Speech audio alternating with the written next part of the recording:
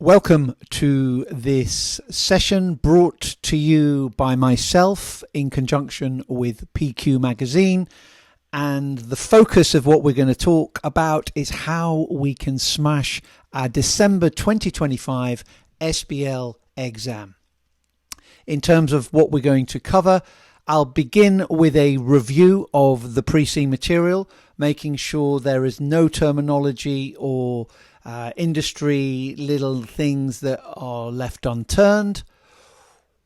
I create a specific mock based on the pre-scene, and I'll talk about how my students performed, what questions we looked at, what they did wrong, and I think you'll learn a lot from students who've practiced quite a few mocks. I'll then talk about how on a specific question we can unlock an answer and show you how on SBL we can gain more marks on a question if we understand the big picture rather than learn lots of the minutiae. I look at potential questions we could expect in our SBL exam and how we might handle them. And I'll finish off with what you need to do for the rest of the week before your exam so that you do as well as you can. So the first thing we're going to talk about is what can we learn from the pre-scene material. So I will go through this in a moment, but the first thing you should be familiar with is how to use the pre-scene material. And in terms of the pre-scene material and how to use it, I've already created a video, an official ACCA video on this, which is about how to analyze the pre-scene. It's 20 minutes long. If you haven't already seen it, you definitely should have a look. 17,000 SBL students have reviewed that video. So if you haven't, you're probably in the minority. And it just explains what the pre-scene is about, because you get all of these kind of false prophets on Facebook talking about how to use the pre-scene. This is an official ACCA video. I am an official approved learning provider for ACCA SBL. So hopefully you will trust the ACCA and myself rather than some keyboard warrior on Facebook. So have a look at that video. But what I want to just briefly do is give you my interpretation of what the pre-scene material is saying about Levwell. So let's have a little look at a review of Levwell. Hi there, and welcome to this webinar. I want to start off with a very quick review of the pre-scene material. People often get a little bit obsessed with pre-scene material. I think it's just important to remind you, pre-scene material is designed so you have familiarity with the industry, you have familiarity with any terminology, and you have familiarity with any of the businesses going on. That's all it is. Don't get too obsessed. But very quickly, what do I see? Well, we've got contents, quite a bit of information. It introduces a company called Levwell. So who are Levwell? Well, Levwell are a chain of hotels. They've got 35 hotels targeting leisure guests. They operate high quality 4-star. So what basis are they competing? They're competing by differentiation based on quality. Who are they targeting? Well, it tells you they're targeting leisure guests. So there's the introduction. We then go into the industry in general. It makes a distinction between leisure guests and business guests. What's the difference? Well, if you're not familiar, one is after convenience, the other is maybe after, a kind of nice facilities and a nice atmosphere. But probably a meeting room and a photocopier will trump a business guest's demand, but not really float a leisure guest demand. If you're not familiar with how hotels are rated, it talks about a rating system. I'm sure we're familiar with 1, 2, 3, 4, 5-star hotels. This is done by the tourist board in Estland. Just in case you're not familiar, what distinguishes a 1, 2, 3, 4 or 5, it's all explained there. It then talks about the hotel industry in Estland and how it's structured, and there is a distinction between chains and independents. Obviously, the company Levwell is an independent. Chains will have, you would expect much more economies of scale, but it does say that in Estland, 48% of guests come from independent hotels. It also says that hotel chains are starting to buy up some of those leisure hotels. So what are the business models that hotels operate under? It mentions two: owner managed or franchised. You might be able to relate franchising more easily to something like Kentucky Fried Chicken. What happens? Kentucky Fried Chicken have the brand, have the secret spices. Kentucky Fried Chicken will have central marketing, will have IT systems or procurement systems. So I can pay a fee to Kentucky Fried Chicken, which allows me to operate a Kentucky Fried Chicken shop under certain conditions. So that would mean I am a franchisee buying off Kentucky Fried Chicken, the franchisor. It's exactly the same in hotel businesses. It allows for expansion without the need for large capital, but there are also owner-managed hotels. I don't think there are any owner-managed Kentucky Fried Chickens. Maybe in the centre where they're very, very lucrative of cities sometimes. But yeah, just to explain it, how are hotels managed? Well, in the highlights there, I just show you that, 3 out of the top 5 are franchised. Yep, so quite a popular. These hotels are obviously much, much bigger than Levwell. Where do they make their money? It talks about revenue streams. They get 60 to 70 from actual accommodation. They get 25 to 35 from food and drink, and maybe spas, weddings, 5 to 10. Yep. So that's the industry in general. The challenges for the industry in general: competition, the economy, costs, keeping staff retained and happy, the seasonality of the hotel business, revenue pricing, new business models, and green issues, sustainability. What's going on in terms of innovation? Probably technology with regards to checking in, hotel apps, artificial intelligence, stuff like that. Yield management, what does that mean? So there you go. That's why we need to look at the pre-scene. Yield management is basically another word for yield management for you to have familiar with would be dynamic pricing. We see this on the airlines. We see this in hotels. We see it at concerts. Some of you might be aware of Oasis, their ticket prices going through the roof. That is an example of dynamic pricing. How are things funded? It talks about sale and lease back. Again, this is a common behavior in hotels. It's a common behavior in retail. So big shops will often lease back. It's a common behavior in airlines. They will lease back their aircraft. So it's just so that your money is not tied up in property. If you're a hotel business, you're a hotel business giving good service. So if you can free up capital from your building, you're not a property management business, you're a hotel business. That allows you to invest that extra money into doing hotel business well. Okay, so all fairly self. Then talks about success factors, fairly self-explanatory: happy guests, clean, tidy, good bookings, good facilities, all the things we personally would expect. What are the metrics via which hotels are evaluated? Again, occupancy rate, average day rate, revenue per room. Yeah, in case you weren't familiar, they are all there. It then talks about specifics of Levwell. So who are they? Founded 40 years ago. I think they had 35 hotels, didn't they? They want high quality, but they're not all the same. They're all different. They're all a little bit quirky. They're all owner managed. They are listed on the stock exchange. 80% of shares held by institutional investors. Obviously, that makes corporate governance relevant. How have they grown? They tend to have grown organically. Corporate governance, it gives the board structure, all looks okay to me. You've got a chair, you've got a chief executive, you've not got executives dominating the board, you've got committees. What about their specific income compared to the industry in general? It said 60 to 70 on room revenue, similar. It said 25 to 35 on food and drink, similar. Other income, 5 to 10, similar.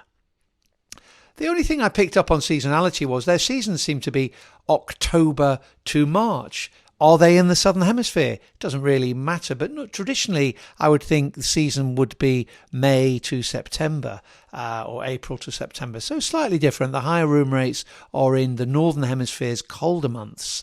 It sets price, so they don't use dynamic pricing, so we should be familiar with the benefits that might bring. How are people reserving? Well, through the website. No mention of apps or anything like that.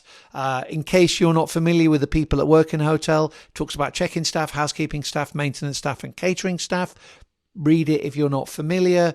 What about their employees? Well, they see employees as crucial and they really value them. They see that as making guests happy. In terms of suppliers, they try to locally source food and stuff, which is quite a nice differentiation. In terms of cleaning products and stuff like that, they do, when purchasing them, think about the impact on the environment. So they're green.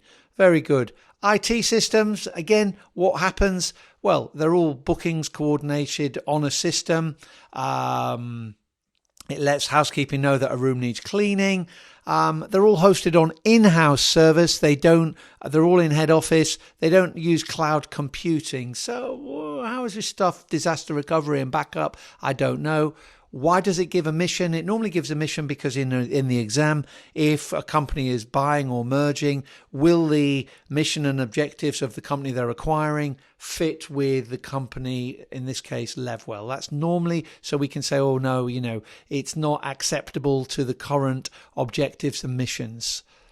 And then we have something on financial information. Yeah, it looks okay. The only little sum I did really was revenue went up 5.5%, whereas operating profit went only up by 2.2%. You would think, at the extra, you would have economies of scale and blah, blah, blah. But yeah, I'm not sure. Guests seem happy. It doesn't really change much. Employee turnover seems okay.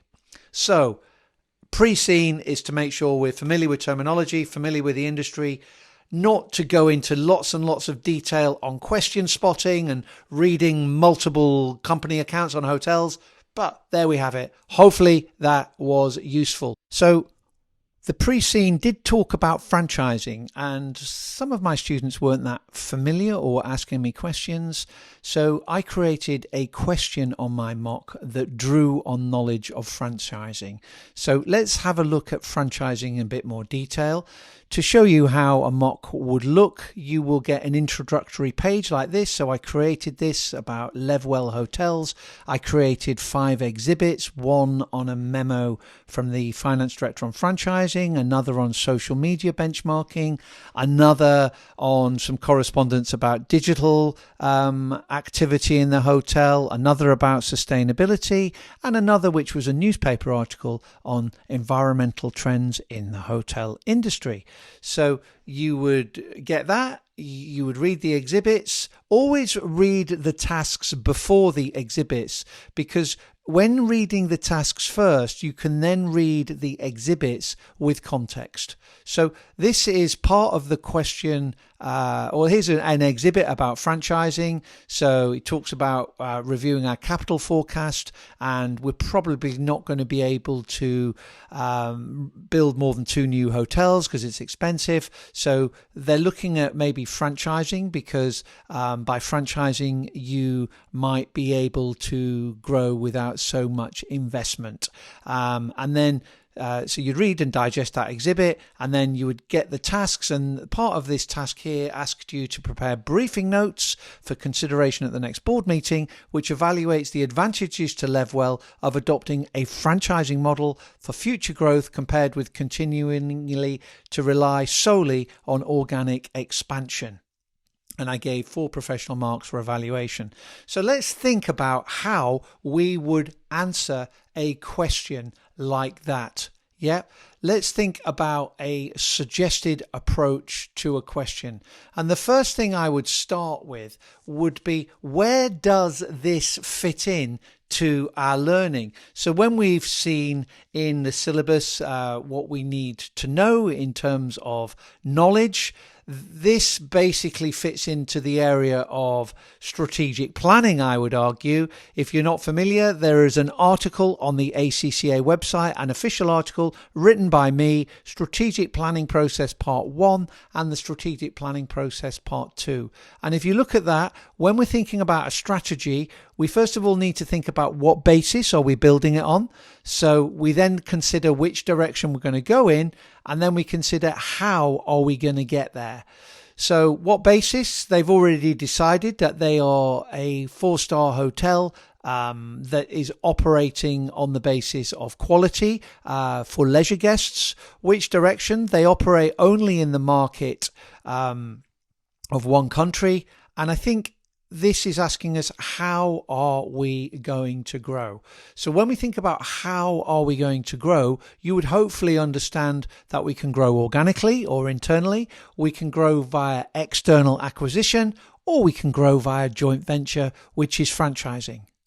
So that's how my mind is working when I'm trying to create some kind of framework to answer this question.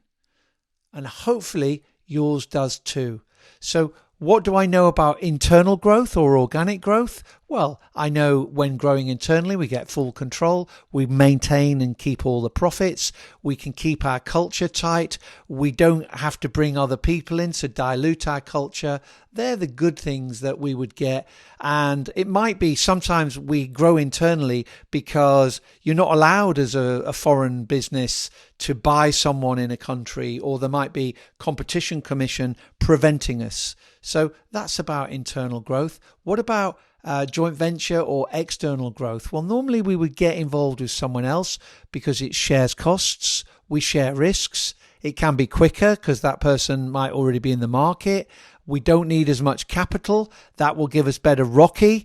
Also, the partner we're with will suffer if they don't do well. So they've got skin in the game and they'll be more motivated. They might have local knowledge that we need that would benefit us that we don't have. And because the local partner we're doing a joint venture or a franchise with, has skin in the game, they don't need managing as much as maybe one of your staff. So that's what I did. And what would my answer then look like? Well, my answer would be, this would be a brainstorm. So a franchise, what would the benefit of franchising be? I would then maybe talk about the fact that we share costs and the like. So let me show you an example of what a good answer to this might look like.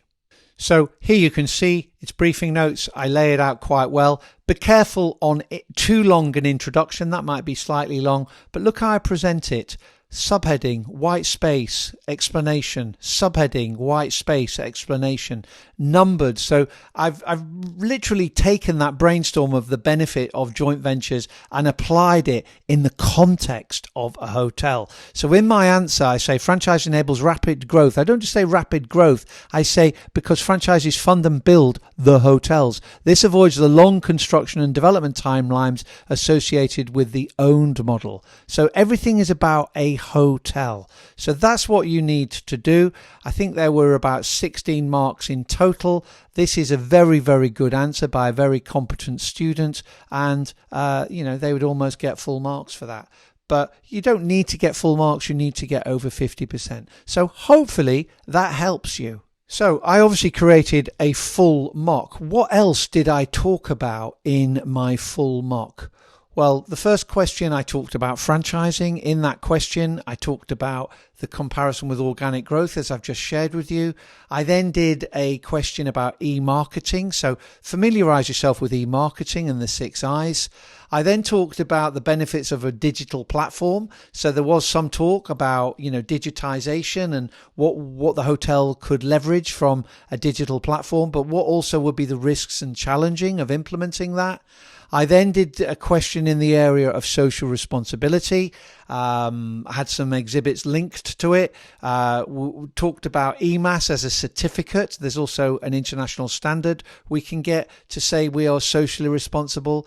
What would an environmental policy look like? And then a smaller question on strategic risk. So that's what I did, full questions with full answers and full marking schemes, and they all got marked. But in addition, I also put some questions that I was inspired to write on the basis of what the pre-scene said. So in addition to those mock questions that were fully marked and had answers and had marking schemes and lots of comments, I was also inspired to create other questions which I thought fitted in the context of the pre-scene. So extra questions I created something on an acquisition. Maybe they were going to grow by buying another hotel. There may be some figures involved. So when you get a question like that, it's likely asking you to evaluate. And the key model you need to make sure you're fully familiar with is the model used for evaluation of suitability, feasibility, and acceptability. So is it suitable? Does it complement our current culture, our strengths? Is it feasible? Do we have the resources to do it? Is it acceptable? How will our key stakeholders feel about it? So make sure you're comfortable with evaluating an acquisition.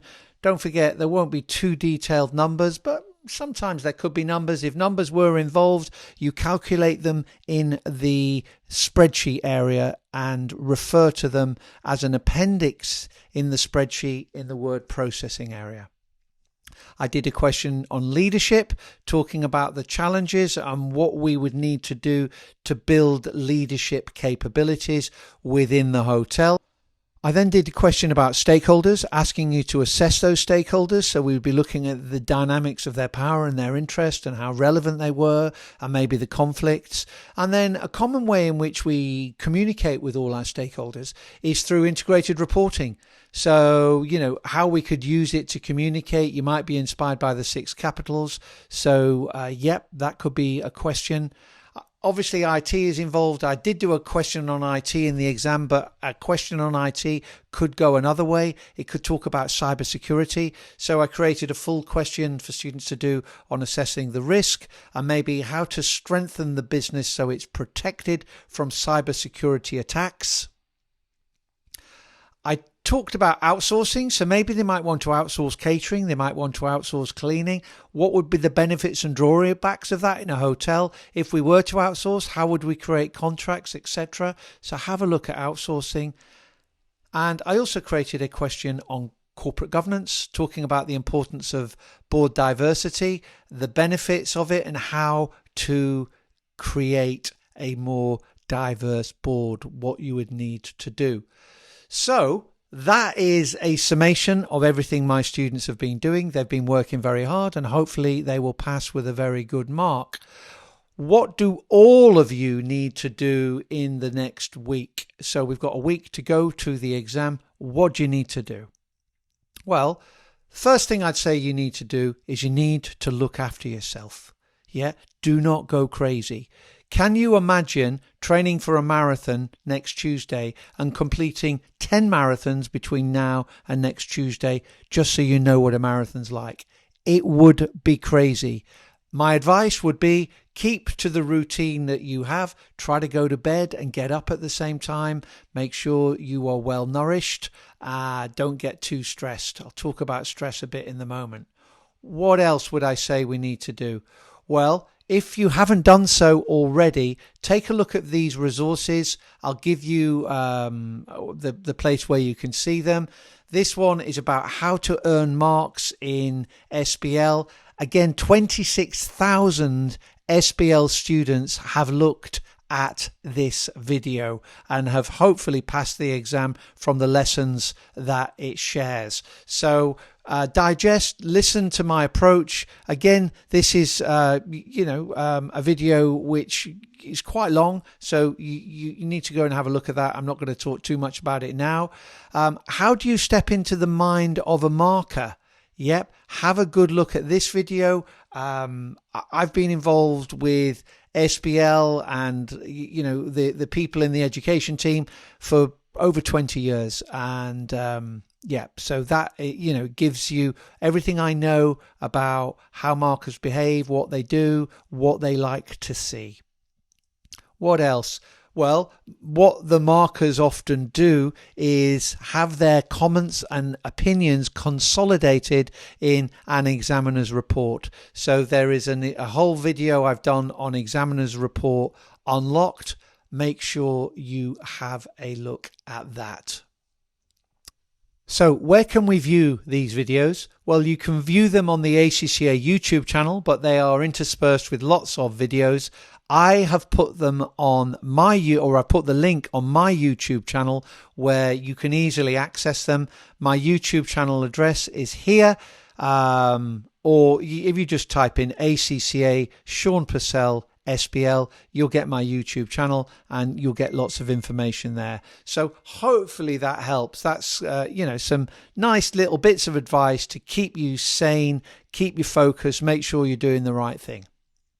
So you're going to look after yourself, you're going to look at those resources, and you're going to consolidate the knowledge you have. Hopefully you've been creating maybe flashcards, mind maps. Here's a mind map. I create mind maps for the whole syllabus for my students. This is one on governance and, what is governance, the approaches to governance, the key concepts, why do we need it, and what about not-for-profit businesses. I talk about that there and explain it. Our brains are wired visually, so if you can create pictures, if you can use colors, you're likely to remember things much better. So you're going to look after yourself, you're going to look at those resources, you're going to consolidate your knowledge. And the other thing is going to happen to you if you are normal is you're going to get a little bit stressed. Okay, so when you get a little bit stressed, your body produces a chemical called cortisol. It can make you do crazy things. It can see things in an exam that aren't there. So how do we combat that? My recommendation would be if you go to the ACCA website, go to the well-being section on mental health, you'll find there videos on breathing techniques and the like, which are really going to be useful on the exam day so that your brain doesn't get hijacked by stress chemicals. That's really important. That's the main fear I have for my students.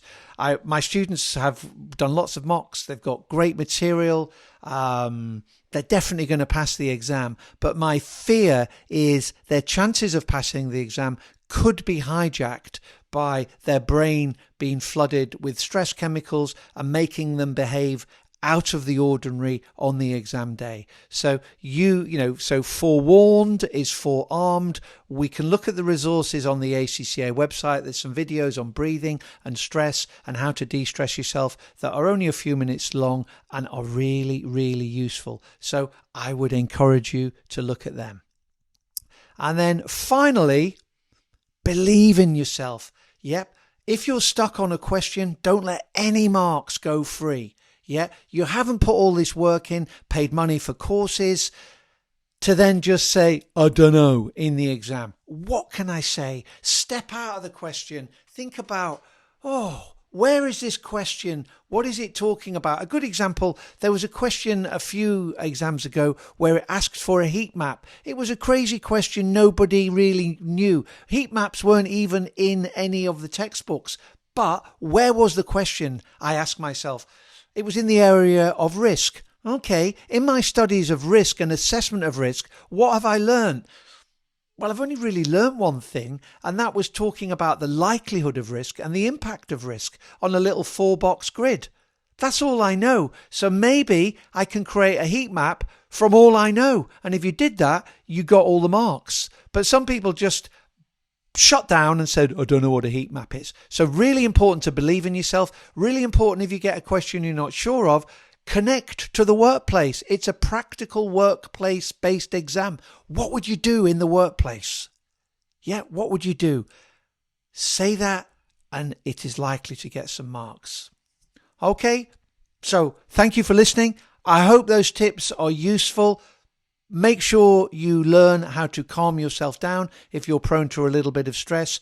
Believe in yourself and you're going to do fantastic. Yep, I wish you all the very best.